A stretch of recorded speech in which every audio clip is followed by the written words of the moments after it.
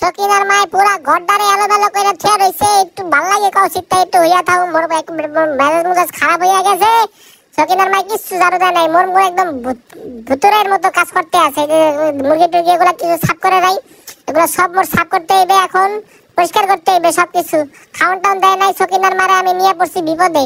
এই যে দুনিয়ার ঝামেলার ভিতরে পড়ছে। এখন বিয়ের শাদীর পরে আপনারা যদি বিয়ে করেন তাহলে বুঝবেন কি ঝামেলা।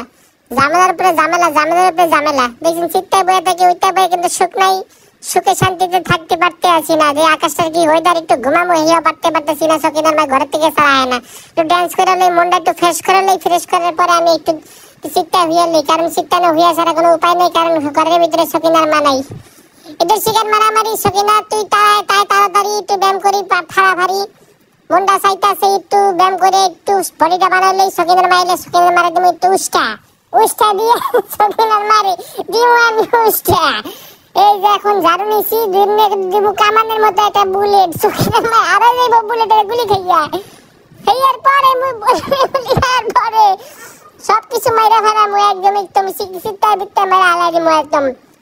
মারার পরে কিন্তু বুঝবে কি ঠেলা, আসলে কি ঠেলা এরা কিন্তু বোঝাইতে হইবে। মোর একটু ব্যায়াম করে লইতে হইবে, একটু মন্ত্র পড়িয়া লই। সকিনার মা তুমি কই, ও সকিনার মা তুমি কই।